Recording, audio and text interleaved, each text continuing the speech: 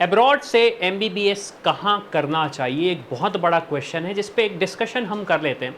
क्योंकि देखिए, अभी रिसेंटली जिस तरीके से एक अगेन से सिनारियो आया कि हाई कोर्ट में जाता है पिटिशन, वहाँ पे बोला जाता है कि सेंटर्स में चैलेंज हुआ स्टूडेंट्स को एग्ज़ाम देने को रिलेटेड, तो अगेन पेरेंट्स और स्टूडेंट्स का ये क्वेश्चन भी है कि क्या हम इस इकोसिस्टम से बाहर हो सकते हैं या फिर इस इकोसिस्टम को हम बाईपास करके डॉक्टर जो मेन बनने का सपना है हमारा वो बन सकते हैं। देखिए, आप ये वीडियो इसलिए नहीं देख रहे क्योंकि मैं ये वीडियो बना रहा हूँ, आप ये वीडियो इसलिए देख रहे हैं क्योंकि आपको डॉक्टर बनना है। अभी कुछ ही दिनों पहले मैंने एक स्टूडेंट से बात करी जो जॉर्जिया जा रही है। उनका ये कहना है कि उनका बिल्कुल ही मन था, ड्रीम है कि उन्हें डॉक्टर ही बनना है, लेकिन इंडिया का इकोसिस्टम उन्हें समझ में नहीं आया, जिसकी वजह से उन्होंने डिसाइड किया कि वो जॉर्जिया जैसी कंट्री को चूज़ करेंगे। तो सवाल यही आता है कि अगर हम एमबीबीएस अब्रॉड से करना चाह रहे हैं तो हम कहाँ से करें, एक बहुत बड़ा सवाल भी है। अब देखिए, काफ़ी सारे पेरेंट्स और स्टूडेंट्स का यही क्वेश्चन है कि क्या हमें बेस्ट कंट्री मिल सकती है या नहीं मिल सकती। तो देखिए, best country no doubt without name अगर मैं बात करूँ तो यूएसए, यूके, ऑस्ट्रेलिया, कनाडा को अगर आप इंक्लूड करना चाहें कनाडा को इंक्लूड कर सकते हैं, न्यूजीलैंड हो गया। इनके अलावा शायद ही आपको कोई ऐसा इंफ्रास्ट्रक्चर दे पाएगा best in terms of medical. Reason उसका ये है, काफ़ी ब्रांडेड कंट्रीज़ हैं, काफ़ी नोन कंट्रीज़ हैं और यहाँ पे हेल्थ केयर काफ़ी अच्छा है।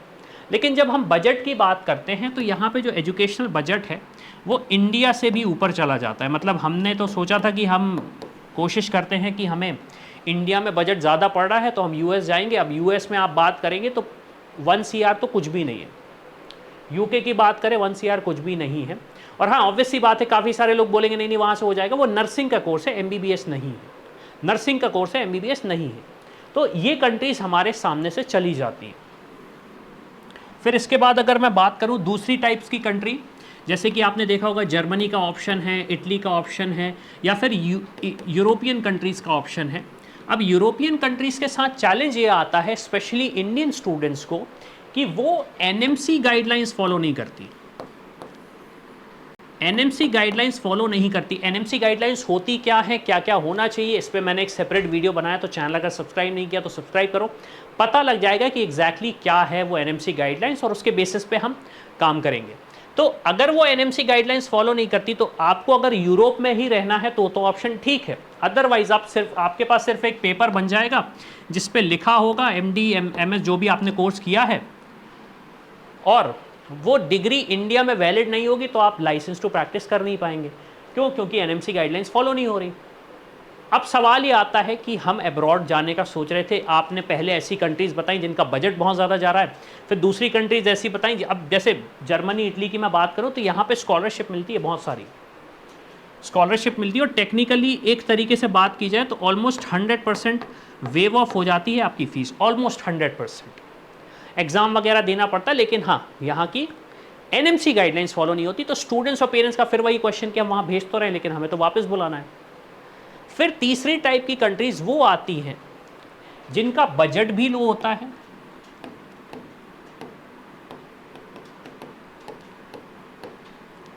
एनएमसी गाइडलाइंस भी फॉलो होती हैं, एनएमसी गाइडलाइंस भी फॉलो होती हैं, और जब आप वहाँ से मतलब एजुकेशन लेके वापस आते हैं तो इंडिया में आप डॉक्टर भी बन सकते हैं।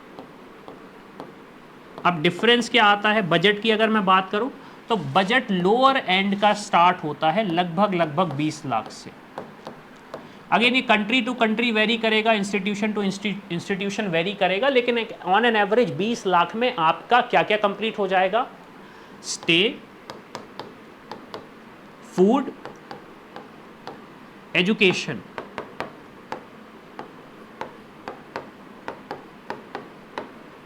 स्टे, फूड, एजुकेशन आपका कंप्लीट हो जाएगा। और इसके बाद जो भी एडिशनल एक्सपेंसेस हैं उसको आप एडिशनली करेंगे, तो ये पूरा का पूरा 6 साल का आपका खर्चा होगा। एंड अगेन थोड़ा सा ऊपर आपका बजट जाता है तो कंट्रीज आप चेंज कर सकते हो, अदरवाइज आप उस कंट्री में जाके कर सकते हो। लेकिन सवाल ये आता है कि इन कंट्रीज़ में भी एक बहुत बड़ा चैलेंज आता है कि कुछ कंट्रीज़ में बाइलिंगुअल एजुकेशन मिलेगी आपको, कुछ कंट्रीज़ में ऐसा होगा कि इंडियन डॉक्टर्स नहीं मिले, मतलब इंडियन फैकल्टीज़ नहीं मिलेंगे, तो पढ़ाई करने में दिक्कत आएगी। कुछ इंस्टीट्यूशन की अगर मैं बात करूँ तो एक मैथ्स का चैलेंज आएगा कि इंडियन मैथ्स मिल रहा है या नहीं मिल रहा है, या फिर हमें वहाँ के लोकल फूड के साथ एडजस्ट करना पड़ रहा है। और एक सबसे बड़ी प्रॉब्लम ये आती है, कुछ कंट्रीज़ में इतने कम स्टूडेंट्स जाते हैं जिसकी वजह से हमें एक इंडियन कम्युनिटी नहीं मिलती, तो हमें ऐसा फीलिंग होता है कि हम एक आउटसाइडर हैं, और उसके साथ साथ सबसे बड़ा एक होम सिकनेस हम फेस करने लगते हैं, तो बहुत सारे चैलेंजेस आ जाते हैं स्टूडेंट्स और पेरेंट्स को भी। तो मेरा सजेशन ये रहेगा कि हम ऐसी कंट्रीज़ को चूज़ करें जहाँ पे आपको मेस का इशू ना हो, जहाँ पे आपको बाइलिंगुअल टीचर्स का चैलेंज ना हो, जहाँ पे आपको मेस का चैलेंज ना हो, जहाँ पे आपको इंडियन कम्युनिटी मिले। लेकिन अब ये सारी चीज़ें अगर मैं डिस्कशन करना चाहता हूँ, तो ये डिस्कशन बेटर होगा कि आप 1-to-1 करें हमारी टीम के साथ। तो नीचे कमेंट सेक्शन पे आपको MBBS अब्रॉड की हेल्पलाइन दिख रही होगी, वहाँ पे जाके आप अपने डिटेल्स फिल करें या फिर नंबर जो दिया होगा उस पर कॉल करें। समझें कि आपके पास जो बजट है 20 लाख, 25 लाख, 30 लाख, 35 लाख, इसमें आपके लिए बेस्ट कंट्री कौन सी हो सकती है जहाँ से आप अपना MBBS करके इंडिया वापस आ सकते हैं और जो डॉक्टर बनने का सपना है वो पूरा कर सकते हैं। तो इसी के साथ मैं हूँ अविनाश, मेरा काम है रास्ता दिखाना, स्पेशल के डॉक्टर बनना आपका। I hope you like this video. For more such videos, keep watching our channel. And do not forget to like, share and subscribe.